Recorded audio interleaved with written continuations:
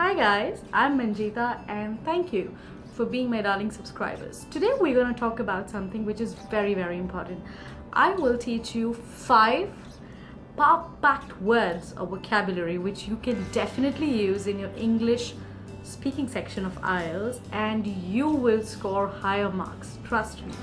It's good to use simple sentences, okay, but use some great vocabulary, not a lot of them.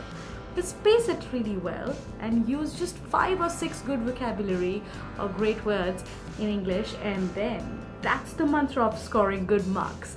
Well, the very first one which I want to share with you is called plethora. Plethora means a lot of stuff, right? Now this word plethora,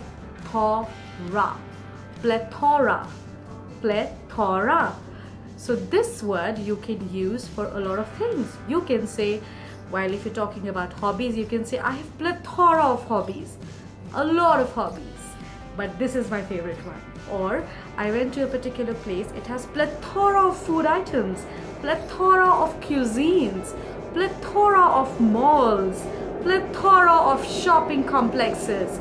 So now you know, whenever you want to use the word a lot or great options, talk plethora. Okay, well, let's talk about the second word, and that is mesmerize. Mesmerize. Okay, it means that you're awestruck, you're charmed. This you can use for any place which has caught your attention. It was so beautiful. So you will use the word mesmerize, and in a verb form, that is mesmerized, because it's a past tense. So you can say the lake or the place or the holiday destination or the picture, the painting, it was so beautiful that I was mesmerized. Okay, so now you know how to use mesmerize. So try using this word describing anything which is beautiful. Okay, it could be a beautiful dream, it could be a beautiful place, it could be a beautiful concert, it can be anything. So use the word mesmerized. All right, the third one we'll talk about is however. Yes, however, right? This word is used when you have to describe 2 contradicting sentences. Okay, for example, you're explaining your hobby. So I used to play football, however now I love cricket. Okay, so the 2 different things you're talking about, so you connect them with however. All right, I was a very active child, however now I just love to sit on my couch. Okay, or I used to love singing, however dancing is my new hobby. So I'm talking about 2 different contradicting sentences. I'm connecting them using however. Okay, the next one, recapitulate. Recapitulate. You'll say it together. Recapitulate. Okay, it means, it's another word for summarizing. So usually in your third part of IELTS, you'll have state your opinion kind of a form where the examiner will say, so in your opinion, this is good or that is good. You feel this is better or this is better. So at the end, when you say to summarize, instead of using the word summarize, you can say, well, to recapitulate, this in my opinion is good. So use the word recapitulate for summary. Okay, practice this, recapitulate.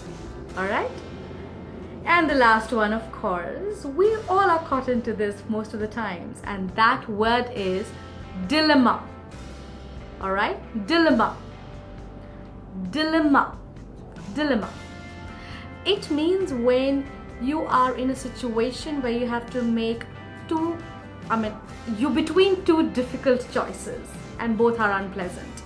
So, well, you have to choose one, and that point where you have to make, when you have two difficult choices to consider, you are in a dilemma. I was in a dilemma to choose this or that, right? It was a difficult situation. I was in a dilemma. Okay? Well, you got all the 5 words in front of you. So all you have to do is practice to pronounce it clearly.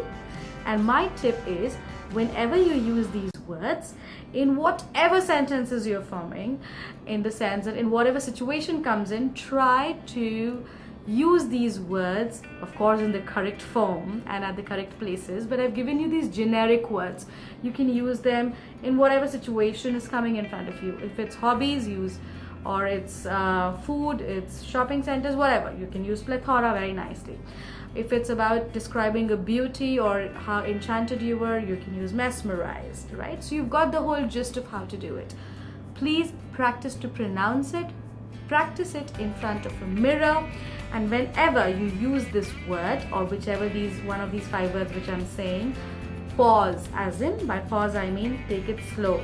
Okay, the place was really beautiful and I was so mesmerized by the beauty of it. So you saw my speed, but I paused, or I slowed down, I stressed when I said the word mesmerized, okay, and then went ahead. So the listener understands that, okay, you are using interesting vocabulary, some difficult words, and in the appropriate places. And there you score marks. Bye. I'm sure these words will help you. Let me know that did you find them useful or not, and have you started practicing using them. And all the best for your IELTS and your general English, and you will rock because you are my rock star. Bye bye. Take care.